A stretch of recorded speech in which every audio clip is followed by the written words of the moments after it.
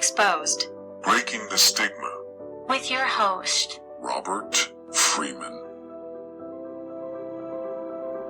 Did you know that drug addiction affects more than 40 million Americans? And guess what? I was one of them. You would think that I was born into addiction, but at one time I was a normal guy, just like you, lived a normal life. I was a loving husband, a loving father, and I also had a wonderful childhood. And why can't I stop doing the destructive behavior that I do to my family, my friends, and the ones that love me the most? In this podcast, I'm going to share with you my personal journey of overcoming drug addiction and how I found hope, healing, and happiness in the process. I started this podcast because I want to inspire and help others who are struggling with addiction and to show them there is a way out. My name is Robert Freeman, and I am your host. In this episode, I'm going to tell you how I became addicted to drugs and how they ruined my life. I'm going to share with you the dark and painful path of an addict. Exposed. Breaking the stigma. I knew I had a problem, but I couldn't stop. The drugs was the only thing that made me feel good, that made me forget about the pain of my past, the misery of my present, and the hopelessness of my future. But it also made me see things that weren't there, things that haunted me. They were the shadow people. They looked like humans, but they were made of darkness. They could blend in with the shadows, and they could move faster than the eye could follow. They were everywhere, watching me, waiting for me to slip up.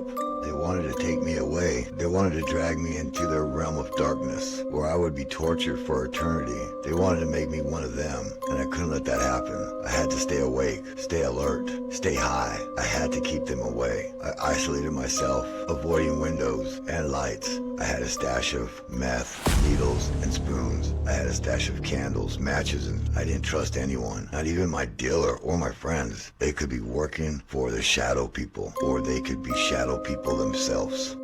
They could be wearing masks, disguises, illusions. They could be trying to trick me, to lure me out, to expose me.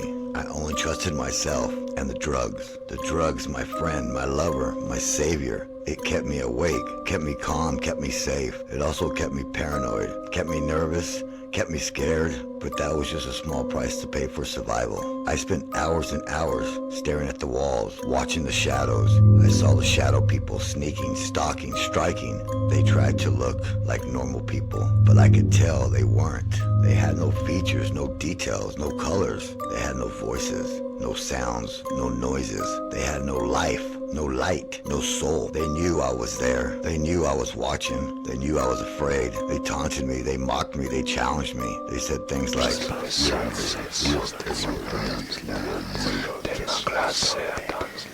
They told me that I was worthless, hopeless, and unlovable. They made me feel guilty, ashamed, and afraid.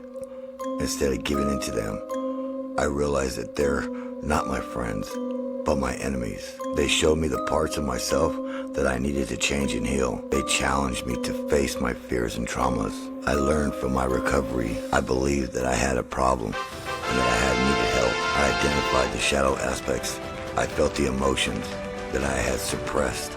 I expressed my shadow aspects through sharing, writing, and praying.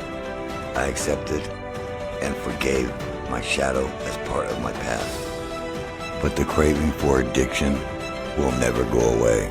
Be around people that want to do better with their lives. Because when you dwell on your past, you'll never be able to move forward. Put your past in your past and learn from it.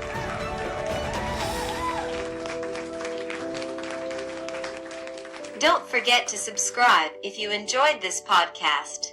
Thanks for listening to Exposed Breaking the Stigma with host Robert Freeman.